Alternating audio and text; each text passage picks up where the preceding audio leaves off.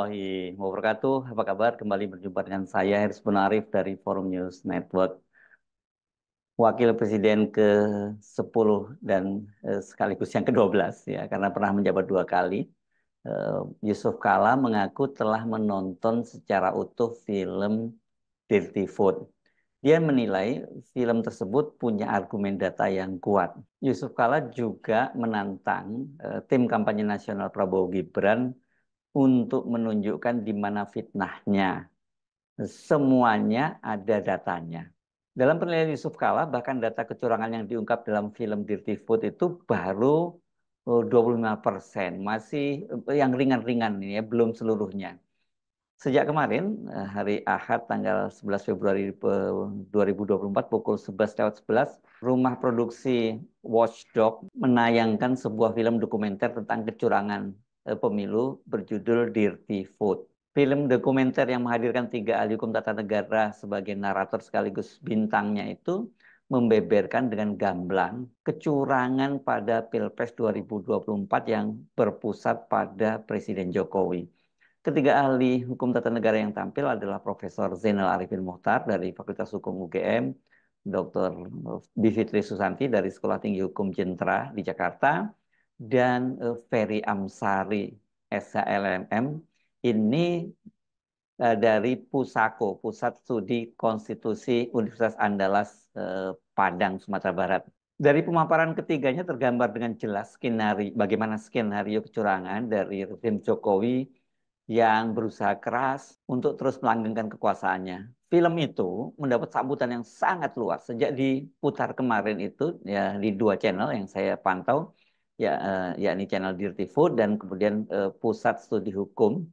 Itu sampai sore ini, hari ini hari Senin ya, tanggal 12 Februari 2024, sudah ditonton lebih dari 9 juta orang. Dan ini masih akan terus bertambah. Walaupun mengapresiasi film tersebut, namun Yusuf Kala menilai gambaran kecurangan yang dilakukan masih ringan. Karena realitanya kecurangan yang dilakukan rezim itu jauh lebih berat dan serius. Tapi bagi saya kira film itu masih ringan dibanding kenyataan yang ada dewasa ini.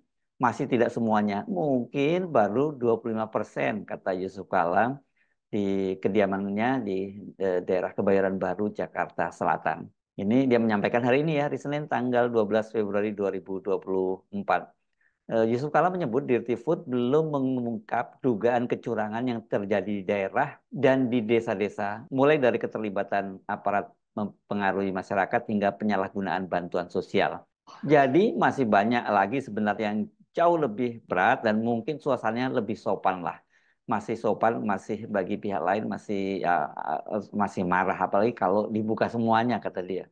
Namun begitu, Yusuf Kala menyanjung film tersebut. Dia menilai Dirty Food bisa menunjukkan bahwa pemilu yang tidak jujur hanya akan menghasilkan pemilu yang tidak sempurna. Saya tidak mengatakan kotor, katakanlah tidak sempurna. Kalau pemilih caranya begitu, itu aja intinya, kata Yusuf Kala. Penilaian yang sama juga disampaikan oleh Wakil Ketua Divisi Hukum dari Tim Pemenangan Nasional Ganjar Mahfud, Dr. Todung Mulya Lubis. Dan dia mengingatkan agar tim kampanye nasional Prabowo Gibran nggak terlalu baper. Ini karena kata dia banyak orang baperan kalau dikritik. Sikap ini berbahaya.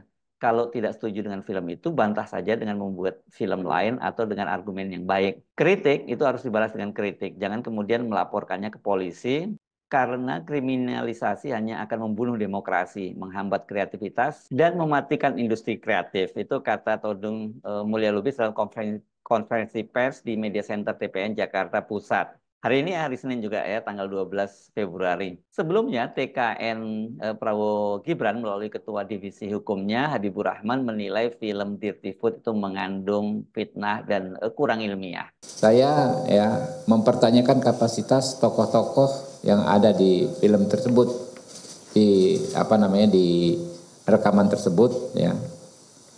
Dan saya kok merasa sepertinya ada tendensi ya, keinginan untuk mensabotase pemilu, bukan mensabotase lah, ingin mendegradasi lah ya pemilu ini ya dengan narasi yang sangat tidak berdasar.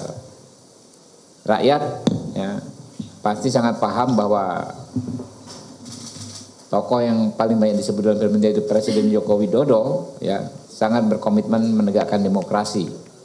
Rakyat juga tahu bahwa pihak mana yang sebenarnya melakukan kecurangan dan pihak mana yang memang mendapatkan keuntungan dengan yang mendapatkan dukungan sebagian besar rakyat karena program dan rekam jejak yang jelas berpihak kepada rakyat.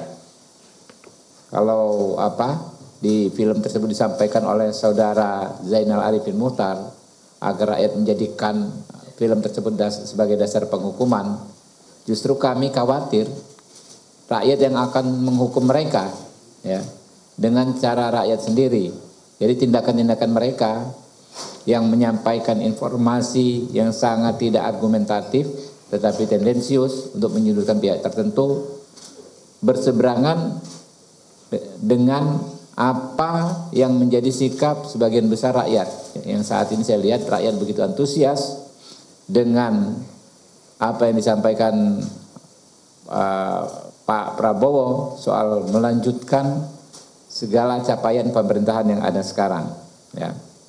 Intinya ya kami menyarankan kepada rakyat untuk tetap tenang, tidak terhasut serta tidak terprovokasi oleh narasi kebohongan dalam film tersebut, serta tidak melakukan pelanggaran hukum. Kita harus pastikan pemilu 2024 berlangsung damai, luber, dan jurdil. Pastikan rakyat untuk bisa menggunakan hak politiknya dengan sebaik-baiknya, karena itu akan menentukan masa depan kita semua ke depan. Nah, ada 3 hal ya teman-teman dalam film tersebut yang perlu kami soroti secara khusus. Yang pertama, pernyataan saudara Ferry Amsari soal penunjukan 20 pejabat kepala daerah di 20 provinsi.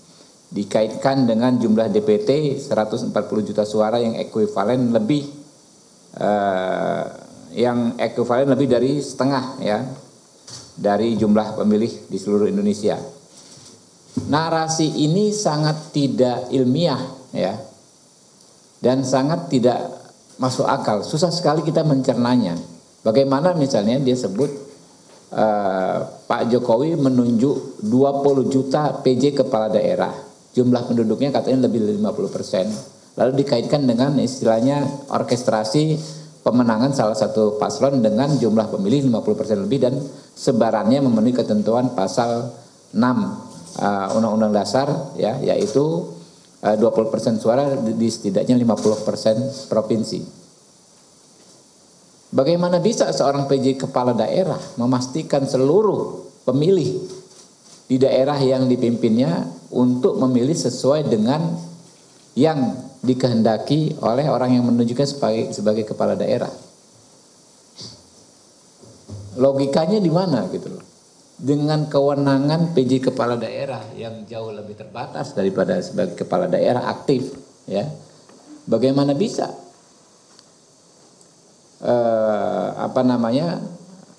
skenario yang disampaikan Ferry Amsari itu terwujud? 20 kepala daerah ini yang penduduknya lebih dari 50% ya, memastikan orang di situ memilih paslon yang diinginkan presiden semua. Nah, itu kan berarti benar-benar narasi yang sangat spekulatif ya, yang lemah secara argumen. Makanya jauh dari kata disebut ilmiah. Saya meragukan dia ini dokter atau bukan ya. Memang bukan dokter kali ya kalau Ferry Amsari ya. Coba dicek gitu kan ya. Oh, belum, pantas juga. Jadi ilmunya belum sampai ke tingkatan yang filosofis. Cara berpikirnya ya sangat patut dipertanyakan. Kemudian pernyataan Bivitri Susanti yang kedua ya. Gini ngomongnya, saya mau terlibat dalam film ini karena banyak orang yang akan makin paham bahwa memang telah terjadi kecurangan yang luar biasa sehingga pemilu ini tidak bisa dianggap baik-baik saja. Pernyataan ini benar-benar tidak berdasar. Tidak disebut peristiwa kecurangan yang mana, ya. Peristiwanya yang mana, apa buktinya, bagaimana status pelaporannya, dan bagaimana status penanganan perkaranya. Kan kalau kita bicara soal kecurangan harus faktual. Misalnya, kalau zaman dulu kan 2019 ada persoalan daftar pemilih ganda, sekian juta pemilih fiktif. atau misalnya ada pengerahan ya pemilih dari luar untuk memilih, jumlah angkanya jelas. Bagaimana dia bisa mengatakan bahwa ada kecurangan yang luar biasa? Apa luar biasanya gitu loh? Kalau ada 1-2 PJ kepala daerah melakukan apa yang disebut pelanggaran, apakah sudah diproses secara hukum? Jadi ini lagi-lagi murni asumsi. Yang ketiga ya, pernyataan Zainal Arifin Mokhtar. Ya, intinya mengatakan soal kepala desa, abdesi ya, yang dikatakan kepala desa digunakan untuk memenangkan paslon tertentu. Nah, ini juga nggak berdasar, ya, karena nggak disebut di kasus mana kepala desa ini sudah kerja, ya kan, lalu memastikan warga di desanya memilih paslon tertentu. Bagaimana caranya? Sama kayak kepala daerah tadi. Kalau kita menyimak yang dipaparkan oleh ketiga ahli hukum tadi, yakni Zainal Arifin Mokhtar, Bivitri Susanti, dan Ferry Amsari, semuanya kan berdasarkan data-data yang cukup akurat. Banyak di antara datanya yang selama ini sesungguhnya sudah muncul di media, dan beberapa di antaranya merupakan hasil investigasi dari media. Data-data itu dikumpulkan, dianalisis, kemudian diberi grafis yang menarik dan memudahkan orang untuk memahaminya, dan kemudian dibingkai dalam sebuah film dokumenter dengan durasi 1,5 jam. Kendati menyoroti ketiga pasangan calon, namun memang yang paling banyak disoroti adalah kaitannya kecurangan yang dilakukan oleh Jokowi dan aparatnya, yang tujuannya menguntungkan paslon 02.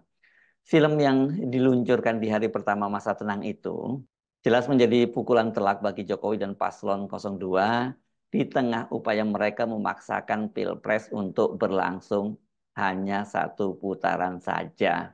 Saya kira kalau dengan situasi semacam ini ya, lihat tingkat-tingkat elektabilitas mereka sangat berat lah untuk mencapai 1 putaran.